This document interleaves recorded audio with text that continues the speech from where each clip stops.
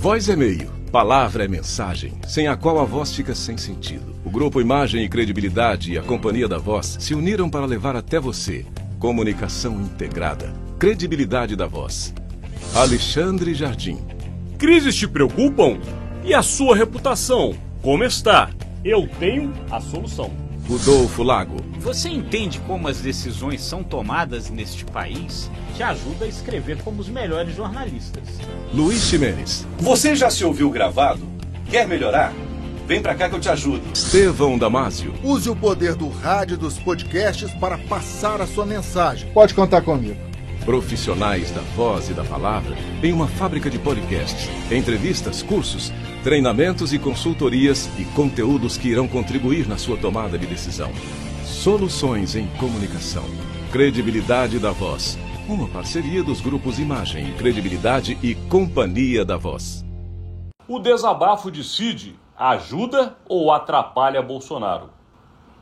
Começa agora, Brasília Já.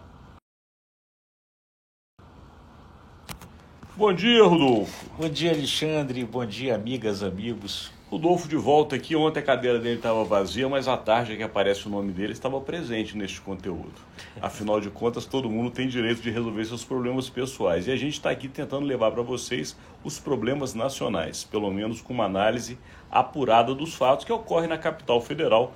E hoje o fato novo é a convocação do tenente-coronel Mauro Cid, ex-ajudante de ordens do ex-presidente Jair Bolsonaro, para uma nova inquirição por parte da Polícia Federal. Isso porque foi vazado um áudio pela revista Veja, na qual Cid aparece reclamando das atitudes da Polícia Federal ao investigar a situação a qual ele foi, obviamente, um dos alvos, que inclusive resultou na chamada delação premiada e que, desta delação premiada, muitos outros fatos surgiram, inclusive a questão da suspeita de golpe ou de trama golpista envolvendo o ex-presidente Bolsonaro. Portanto, Cid é uma figura fundamental de toda essa investigação. E neste desabafo, Cid disse que foi colocado meio que contra a parede com a faca no pescoço, para usar termos populares, mas que a Polícia Federal chegou de tal forma a inquiri-lo que ele não tinha outra alternativa a não dizer o que disse. Não é isso, Rodolfo? É isso, né? O desabafo do Mauro Cid nessa gravação aí que a revista Veja obteve dá, pelo menos nesse primeiro momento, um fôlego novo ao ex-presidente Jair Bolsonaro nas investigações contra ele. Porque o que acontece? O Cid ali diz que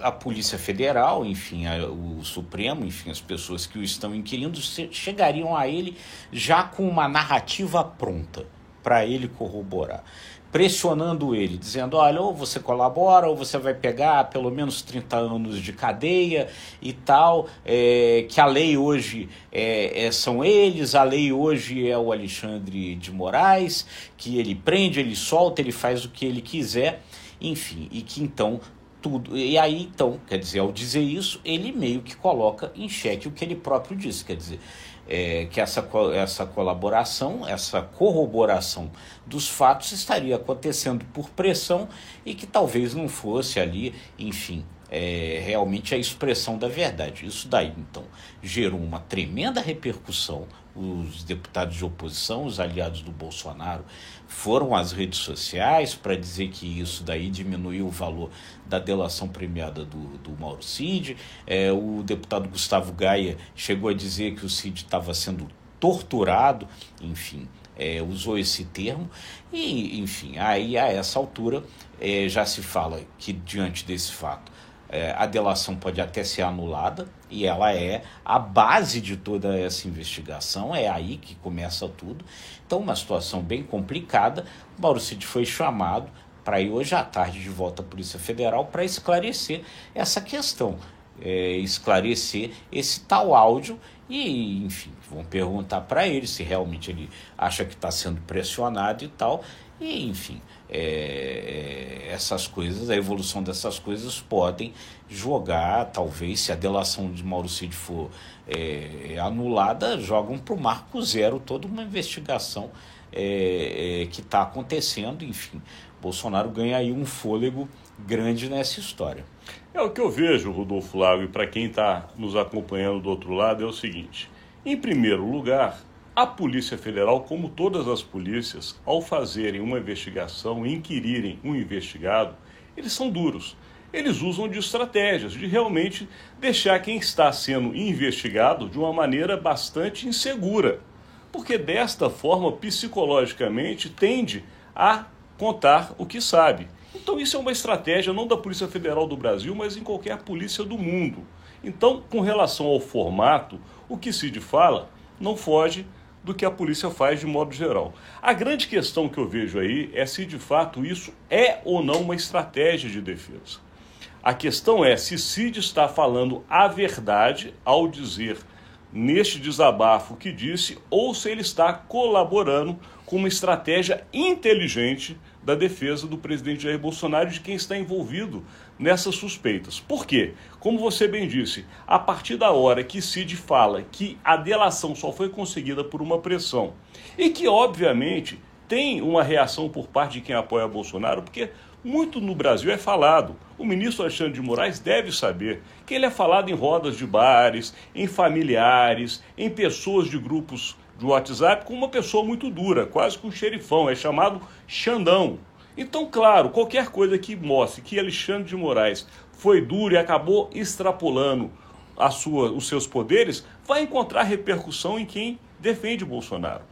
Por outro lado, mostraria que Cid teria sido coagido e o que ele falou não seria verdadeiro. E aí desmonta tudo que veio depois. Agora, a coincidência do fato é que, justamente no momento onde a suspeita da trama golpista deixa de ser uma suspeita e passa a ser uma comprovação, porque a partir da hora, e aí a delação dos comandantes das forças militares também não pode ser colocada na berlinda, demonstra que de fato houve todo um arranjo dentro do governo no período de Jair Bolsonaro para tentar não entregar o governo a Lula. Neste momento, a delação de Cid derrubaria até essas delações. Então, uma estratégia inteligente da defesa. Agora, a quem interessa tudo isso? Aí que a Polícia Federal, de fato, tem que investigar. Agora, se de fato também foi um inquérito que, de alguma maneira, colocou o investigado sem os seus direitos legais, também tem que se apurar o fato. O que acontece é, muda-se a narrativa.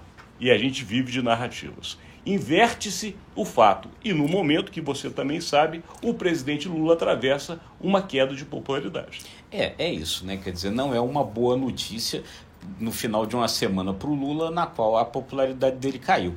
Quer dizer, o que vai... só para a gente, então, concluir esse raciocínio, o que agora precisa se saber? Se o que Mauro Cid disse é a verdade ou a corroboração de uma narrativa que já tinha chegado pronta para ele. Isso é grave, isso é sério, porque, enfim, coloca em xeque tudo, né? Os advogados do Mauro Cid, Alexandre, só para concluir, depois soltaram uma nota dizendo que ele não está questionando, que ele não tem nada contrário com relação ao curso das investigações da qual ele é colaborador, muito pelo contrário, e que aquela fala, uma fala clandestina, é esse o termo que eles usam, teria sido um desabafo de alguém que está passando por uma pressão muito grande. Enfim, a gente vai precisar ver agora o curso dos acontecimentos.